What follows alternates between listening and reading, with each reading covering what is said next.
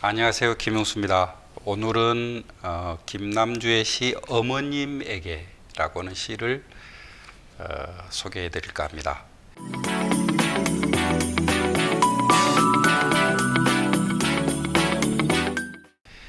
이 시는 꽤 길어요. 시 읽는 시간만 해서 꽤 길 텐데 듣는 그 보충 설명 시간은 다른 거는 다 줄이고 매우 짧게 하려고 합니다. 긴 시인데 제가 긴 시를 읽어서 지금 제가 소개를 해드리려고 하거든요. 그런 이유는 대체적으로 문학이 역사 시대에 따라서 문학의 경향들이 조금씩 달라집니다. 예를 들어서 인간도 성장할 때 제가 학교 다닐 때 공부를 잘 안 해서 그걸 잘 기억은 못 하겠네요. 몇 살 때부터 몇 살 때까지는 살이 찌는 시기예요. 몇 살 때부터 몇 살 때까지는 키가 크는 시기입니다. 그러니까 이렇게 이제 키가 크는 시기가 있고 살이 찌는 시기가 있어요. 문학도 미학적으로 키가 크는 시기가 있고 미학적으로 살이 찌는 시기가 있습니다. 미학적으로 키가 크는 시기는 미학적 실험이 많아요. 그래서 전이 문학이 꽤 중요해지는 시기입니다. 새로운 실험 해서 새로운 문학의 영토가 만들어지고 이렇게 되죠. 살이 찌는 시기는 키가 크는 시기의 시들이 특징이 어려워진다면은 이제 많은 사람들이 읽을 수 있는 그런 시기예요. 살이 찌는 시기는.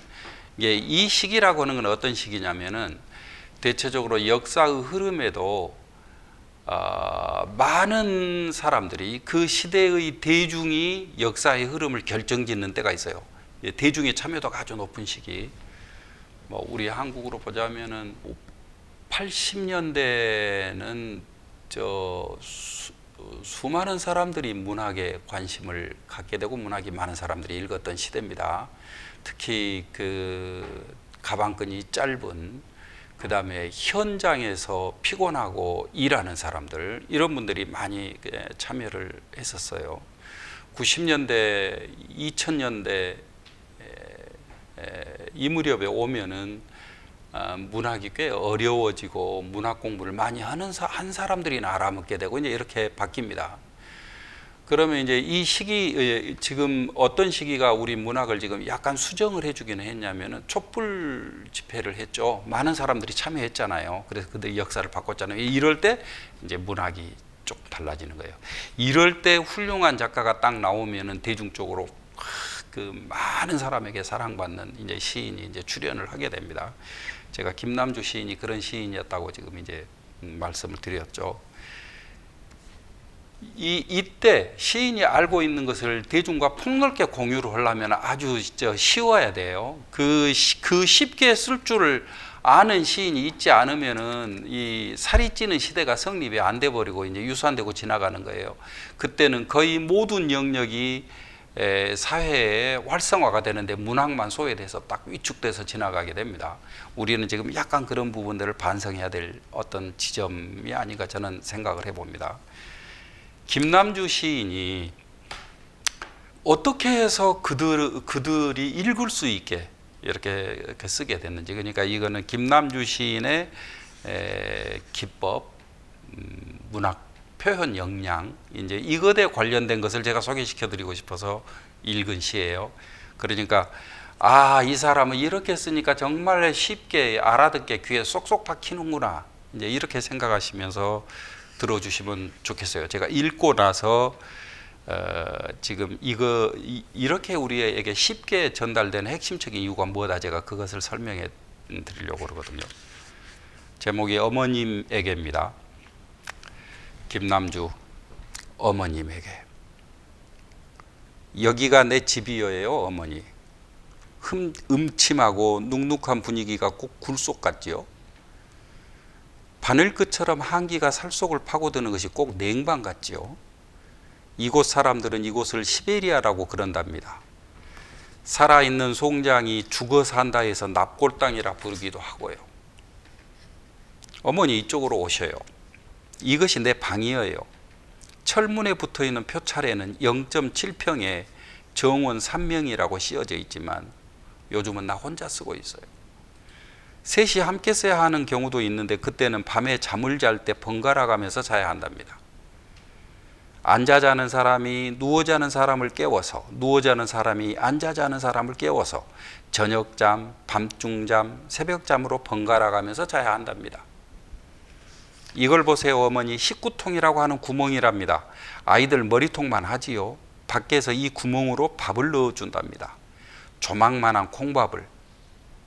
이걸 보세요. 어머니, 감시통이라고 하는 구멍이랍니다. 밖에서 열었다 닫았다 되어 있는데 안에서 뭘 하고 있나 하고 엿보는 구멍이랍니다. 가령 내가 좀 누워있기라도 하면 어느새 그걸 알았는지 철문을 통통 두드리며 일어나라고 그러고, 가령 내가 담요라도 한 장 깔고 앉아있으면 그 담요 치우라 그러고, 가령 내가 옆방과 통방하면 못하게 하는 구멍이랍니다. 통방이 무엇이냐고요? 처음 듣는 말이겠죠. 어머니는 이곳에서는 사람과 사람이 인간의 목소리로 말이란 것을 주고받는 것이 금지되어 있는데, 그것을 어기고 우리가 인간의 목소리로 몰래 말을 주고받거나 똑똑똑 벽을 두드려 아침 저녁으로 잘 잤소? 잘 자소? 서로 안녕을 확인하거나 하는 것을 이곳 문자로 소위 통방한다고 그런답니다. 어머니, 이쪽으로 와보세요. 여기가 오줌도 싸고 똥도 누는 변소랍니다. 바로 코앞에서 고약한 냄새가 코를 찌르기는 하지만 그래도 이곳은 내가 유일하게 하늘을 볼 수 있는 곳이랍니다. 어머니, 여기를 찬찬히 보세요. 보자기만한 철판에 수없이 뚫어져 있는 이 바늘구멍만한 구멍을, 이 구멍으로 어쩌다 운수 좋은 날이면 파란 하늘을 보게 되는데, 그런 날이면 어머니 얼마나 행복한지 모른답니다. 고향의 하늘을 본 것 같기도 하고 날아가는 새라도 보게 되는 날이면 어머니, 나는 기쁨에 숨이 막힐 지경이랍니다. 그런데 어머니, 이 행복, 이 기쁨마저도 앗아가 버렸답니다. 방이 어두워서 도저히 책을 볼 수가 없으니 전등 촉수를 30촉으로 해달라고 순시 나온 높은 양반한테 부탁한 것이 탈이었죠. 여기가 무슨 독서실인 줄 아느냐며 다음날 판자를 붙여 바늘구멍만한 하늘까지 막아버렸으니까요. 아마 내 처지에 그런 부탁은 건방지다 싶었겠지요. 어머니는 아마 모르고 계시겠지요. 어떻게 해서 내가 이런 데 들어오게 되었는지를, 어째서 내가 이런 집, 이런 방에서 이렇게 살아야 하는지를 아셔야 해요. 어머니, 반드시 알아야 해요.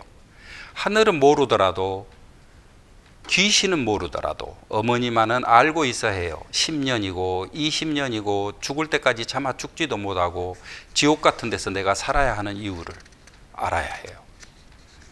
어머니, 우리나라에는 두 종류의 사람이 살고 있답니다. 별로 일도 안 하고, 아니 일하고는 아예 담을 쌓고, 아니 일이라고는 남을 부려먹기 위해 손가락 하나 까딱하는 일밖에 안 하고도, 펜대 하나 까딱하는 일밖에 안 하고도, 턱짓 하나 끄떡하는 일밖에 안 하고도 가장 잘 먹고 가장 잘 입고 가장 잘 사는 사람들과, 어머니처럼 손톱 발톱 다 달아지게 일하고도 아버지처럼 뼈 빠지게 골병 들게 일하고도 못 입고 못 먹고 못 사는 사람들과 두 종류의 사람이 있답니다. 대한민국에는. 그 수로 말할 것 같으면 못 사는 사람들은 바닷가 모래알처럼 헤아릴 수 없답니다. 그 수로 말할 것 같으면 잘 사는 사람들은 아이가 손가락으로 꼽을 정도랍니다. 그 부로 말할 것 같으면 잘 사는 사람들은 나라 재산의 태반을 독차지하고 있답니다. 그 부로 말할 것 같으면 못 사는 사람들은 나라 재산의 태무를 독차지하고 있답니다. 거기다가 어머니, 많은 사람들이 부자들의 편을 들어주고 있답니다. 그들의 재산을 더 늘려주기 위해 잘 지켜주고 잘 관리해주고. 보세요 어머니, 경찰관 나으리들을, 그들은 가난뱅이들과 싸우면서 부자들이 질 것 같기라도 하면은 부랴부랴 투구를 쓰고 곤봉을 차고 지원하러 가지 않습니까? 보세요 어머니, 판검사 나으리들을, 그들은 줄임배를 채우기 위해 가난뱅이가 부잣집 담을 기웃대기라도 하면 당장에 그를 잡아들여 호통을 치고 감옥으로 넘기지 않습니까? 보세요, 어머니 국회의원 나으리들을. 그들은 부자들이 돈벌이가 시원찮다고 하품만 하면 귀신같이 눈치를 채고 이 법률 저 법률 만들어 감세도 해주고 면세도 해주지 않습니까? 노동자들이 귀찮게 군다고 부자들이 짜증이라도 내면 금방 또 눈치채고 그따위 짓 못하게 하는 특별법을 만들어주지 않습니까? 보세요, 어머니 대통령 각각께서도 부자들과의 싸움에서 가난뱅이들이 이길 것 같으면 국군 통수권을 발동하여 계엄령을 선포하고 가난뱅이들을 잡아 가두고 때려 죽이고 쏘아 죽이지 않습니까? 어머니, 내가 이런 곳에 살고 있는 것은 10년이고 20년이고 죽을 때까지 죽지 못하고 살아야 하는 것은 그 이유가 다른 데 있지 아니하답니다. 부자들과 가난뱅이들과 싸움에서 내가 부자들의 편을 들지 않고 가난뱅이들의 편을 들었기 때문이랍니다. 민중의 지팡이 어쩌고 저쩌고 하는 경찰들은 부자들의 편에 서서 가난뱅이와 싸우는 민중의 적이고, 정의의사도 어쩌고 저쩌고 하는 검판사들은 저울 눈금을 속여 못 배운 사람들을 등쳐먹는 사기꾼이고, 국민의 대표 어쩌고 저쩌고 하는 국회의원들은 부자들에게 고용된 정상 몰입배이고 입심 좋은 연설꾼이고, 대통령이라는 자는 이들 악당들의 두목이라고 가난뱅이들에게 폭로했기 때문이랍니다. 가난한 이들에게 진실을 노래하고 단결하라 호소했기 때문이랍니다.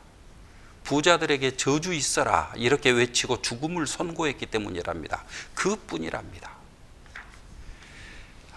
통렬해요. 근데 너무 쉽잖아요.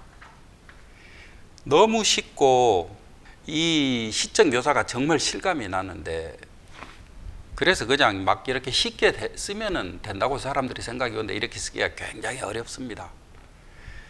여기에는 본인이 시 쓰게 된 계기를 이야기하라면 어떻게 하냐면은, 창비에 실린 시를 보고 이따위가 시라면 나도 쓸 수 있겠다 해가지고 썼다고 그렇게 얘기를 합니다.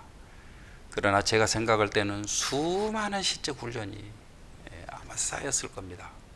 어떻게 표현을 해야 저게 쉽게 전달될 수 있을까에 대한 많은 고민, 그 다음에 세계 시인들이 어떻게 써서 그 전달에 성공했는지를 계속 관찰을 해서 그것들을 최대한 배우려고 습득을 했어요. 그 중에서 제가 생각할 때 제일 중요한 것 중에 하나가 김남주 시를 쉽게 만드는, 예를 들어 볼게요. 여기가 내 집이에요 어머니, 지금 시작이에요. 음침하고 눅눅한 분위기가 꼭 굴 속 같지요. 바늘끝처럼 한기가 살속을 파고드는 것이 꼭 냉방 같지요. 어디 갔습니까? 여기 읽을 때까지 감옥 이야기라고는 아무도 상상을 할 수가 없어요. 이곳 사람들은 이곳을 시베리아라고 그런답니다. 어디인데 시베리아라고 그럴까요? 이 난민전이요, 광주 교도소 갔을 때 어디에 수용되냐면은, 난민전은 간첩으로 분류돼 가지고 한국의 재수주들이 가는 방이 아니에요. 지금 여기서 묘사하고 있는 이곳은 시베리아, 이곳은 죽이기 위해서 집어넣은 곳이에요. 이곳은 간첩들을 잡아 넣었던 곳이에요. 거기에 이제 난민전이 들어간 거죠. 난민전을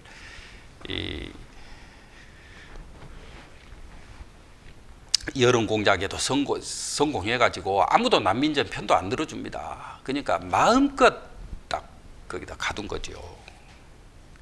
지금 여기 제가 읽은 데서 중요한 부분은 어떤 부분이냐면은, 그냥 우리가 무엇을 알고 느끼는 게 아닙니다. 우리가 이것에 속을 때가 많아요. 알고 느끼는 게 아니라 느껴서 알게 돼요. 어떤 것을. 그래서 문학적 표현과 문학적 표현이 아닌 것 사이에 오차가 발생합니다. 어떤 식으로 발생하냐면은, 순이가 내 등을 툭툭 두드려 보아서 나는 뒤를 돌아다 보았다. 이걸 맞춤법으로 오면은 맞아요. 문학이 아닌 글에서는 맞습니다. 근데 이게 어디서 안 맞냐면 현실에서 안 맞아요. 등을 와서 툭툭 두드렸는데 그게 순인지 돌인지 아니면 호랑인지 고양이 새끼였는지 내가 어떻게 합니까? 뭔가 툭툭 두드렸다. 느낌 이상해서 깜짝 놀라서 얼른 뒤를 돌아다 보았다. 몸을 감추려고 막 숙이는데 순이었다. 이런 식으로 알게 되는 거예요. 우리가 알기를. 이 느낌의 순차성, 이 순차성을 따라가는 것이 문학 표현의 가장 중요한 기교랄까? 이것 중에 하나예요. 제가 기교라고 하는 표현을 사용하기에 약간 망설여졌던 게, 이거는 기술의 문제가 아니고 현실이 그렇게 존재하고 있어요. 이 현실의 순서예요. 이것이 느낌의 순차성, 체험의 순차성. 우리가 생활할 때 이 생활 논리, 이 생활 논리의 순차성, 이 순차성을 그대로 따라서 차근차근, 그러니까 음침하고 눅눅한 분위기가 굴속 같고 시베리아라고 부르고, 살아있는 송장이 죽어서 나간다고 해가지고 낙골당이라고도 부르고 하는 이곳에, 이쪽으로 와보세요. 0.7평이라고 정원 3명이라고 쓰여져 있어요. 0.7평에서 3명이 살려면 어떻게 하겠습니까? 3교대로 교체해 가면서 자야 돼요. 그래서 앉아 자는 사람이 누워 자는 사람을 깨워서, 누워 자는 사람이 앉아 자는 사람을 깨워서 저녁잠, 밤중잠, 새벽잠으로 이렇게 나누어서 잔다는 거예요. 도대체 뭔데 이렇게 자는 사람이, 이렇게 자는 곳이 있을까요? 이것을 이제 하나 또 눈에 또 띄는 거 하나를 가르쳐 줘요. 이걸 보세요, 어머니. 식구통이라고 하는 구멍이랍니다. 여기 구멍이 하나 뚫려 있는데 이 구멍 이름은 식구통이에요. 식구통, 아이들 머리통만 해요. 이 구멍으로 밥을 넣어줘요. 또 보세요, 감시통이라고 하는 구멍이에요. 이 구멍을 통해서 감시를 해요. 이렇게 느낌의 순차성을 따라서 어느 방향을 향해서 얘기를 해 가냐면은, 먼저 느낀 것, 작게 느낀 것에서 본질을 향해서 계속 얘기를 해 갑니다. 왜 여기 와서 살게 됐는지, 이게 소위 말해서 독방이고, 이게 장기수들이 사는 방이고, 이게 무슨 잘못을 하는 사람들이 사는 방인지, 그걸 설명하는 과정에서 사회 진실을 쭉 이야기하죠. 지금 여기서 부분적으로 해석이 달라지는 부분들, 지금 2020년하고 부분적으로 달라지는 부분들은 있지만 대부분 지금 그대로죠. 김남주 시의 중요한 비밀 중에 하나가 이 시적 묘사가 철저하게 느낌의 순서, 체험의 순서를 밟는다. 이것 때문에 산문처럼 풀어놓는데 너절해지지가 않고 이 실감의 크기가 계속 커져서 시적 진행이 계속되는 이제 이런 효과가 발생했습니다. 이 시는 제가 창작 수업을 할 때, 중대 문창과에서도 수업할 때 묘사의 요령을 가르칠 때 제가 예로 드는, 제 생각에 내용 못지않게 하나의 문학 창작 교재로 이렇게 사용될 수 있는 시라고 생각돼서, 그러면서 김남주가 처했던 처지를 설명해 줄 수 있는 시여서 소개시켜 드렸습니다. 감사합니다.